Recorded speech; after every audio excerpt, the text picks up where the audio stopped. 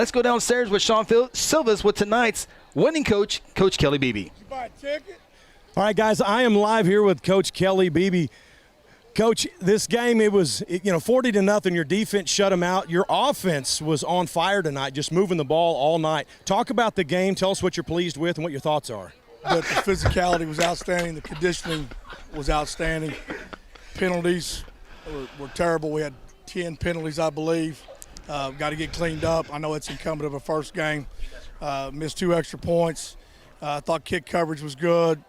I don't believe we had to punt tonight. I told the guys with the quarterback like they had coming in, who had been real mobile, that our best friend was a good run game. I thought offensive line, along with Calvert running the ball, Harper, Zane, and Doles were able to keep the football away from them.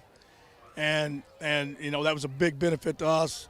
As far as our kids, whenever their inability to run the football, that's a trigger for us to try to get after the quarterback. And I thought we did a good job of that. Yeah, it was like 3 in. They'd run 3 plays, hit 7 punts. I mean, they seems like your defense was in their backfield more than they were moving the ball forward.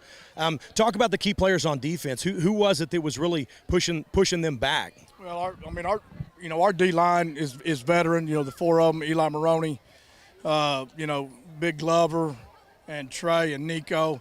And then our new addition up front, replacing Jackson Walters, is Tyler Gettings. And, Gettings got thrown in trial by fire in big shoes. You guys that know, Jackson played 3 years for us back there. And those guys were in the backfield all night long. We got good pressures from our linebackers in Varnell and Kellen Herzl, who's replacing his older brother. And other than a couple of pass interferences, which I thought one was legit, I thought that was a really bad hold. Our secondary was in position all night long off the scramble. So our job was to get him off his spot, but not allow him just to run free, because he's a pretty dynamic athlete. Yeah, so moving over to offense, you guys, run game was open all night. Even when Calvin went back to pass, he had plenty of time. But really, the story that we saw was that offensive line. Can you talk about that offensive line and how key they were to just moving the chains down the field?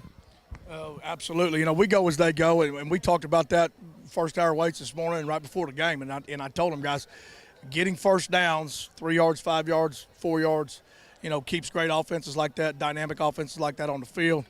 I thought Cooper was outstanding in there tonight, and we played 2 centers in Samaje and Eli Johnson, and our big tackles in Perrin and Tommy. We're pretty dominant, and you can't forget about the blocking that Doles did, Zane did, Plag did. Ultimately, I thought the big shots tonight, the crucial shots, were to Doles in the pass game. The one-hander going in down here was big time. He played guard for us a year ago so he could get on the field. We told him he'd be our H-back when Carson left, and he's made us look really smart. So now, moving forward to next week, you're on to Woodward next week. What are we looking forward to next week against that team? What are we preparing for, and what can we expect to see out of you guys next week? Well, they've got a brand new staff. The head coach came from the collegiate ranks. This will be his first ever time to coach high school football. So we haven't got film yet, but we think they're going to be a tempo, check at the line, kind of a spread hot team. And then defensively, they're a 4-man surface with a little bit of bear and pressure. So, if we get film on them, which I don't have yet, they haven't scrimmaged anybody. So they may take their first live reps against us when we get over there at their place for their home opener. So we may be in almost a scrimmage type environment where we're figuring out, okay, this is what they're lying down in, this is what they're trying to do. So for our kids, we'll cast a wide net like we did this week. Ponca City represented, 4 variations of empty with 3x1 or 3x2, 4x1, and then the tight end whiskey stuff. And then they got in their 11 personnel stuff and their 10 personnel stuff. So we had to prepare for all those type of things this week, so it'll be a good carryover for us next week.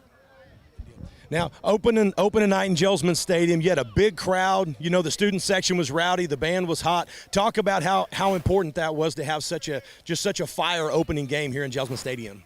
And I say it all the time, every time I get a chance to talk to anybody that'll listen, that our fan base and our venue is second to none. We've been top 10 in the last, I don't know how many years, in ESPN's nationwide stadiums, and then when our fans get in here and we got a great ball game or bands going, you know, cheers going, ROTC's going, I mean, it's a special, special environment. And when it looks like we're going to get the win and those burger smoke start coming over, I mean, it's a good night at the Rock. Yeah. Coach, I really appreciate your time. Thank you. Good luck next week. Thank you, fellas. Appreciate you. Guys, back to you. Thank you, Shawn. Blue Jay head coach Kelly Beeby, as you can tell, very excited for his team's performance as they go 1-0 on the year.